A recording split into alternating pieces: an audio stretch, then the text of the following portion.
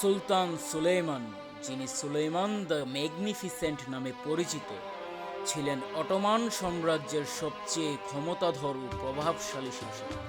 তিনি 1494 খ্রিস্টাব্দে বর্তমান তুরস্কে জন্মগ্রহণ করেন এবং 1520 থেকে 1566 খ্রিস্টাব্দ পর্যন্ত অটোমান সাম্রাজ্যের সুলতান ছিলেন।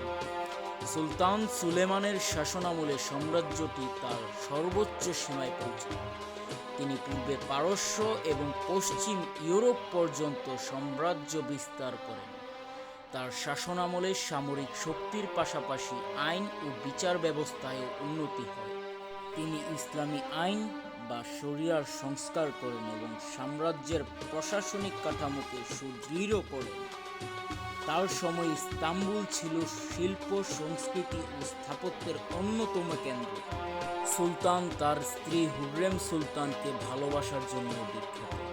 তাদের প্রেম কাহিনী আজও তুর্কি ইতিহাসের এক গুরুত্বপূর্ণ অংশ হিসেবে বিবেচিত হয়। 1566 সালে সুলতানের মৃত্যুর পর তার পুত্র সুলতান সেলিম দ্বিতীয় সিংহাসনে আরোহণ করেন।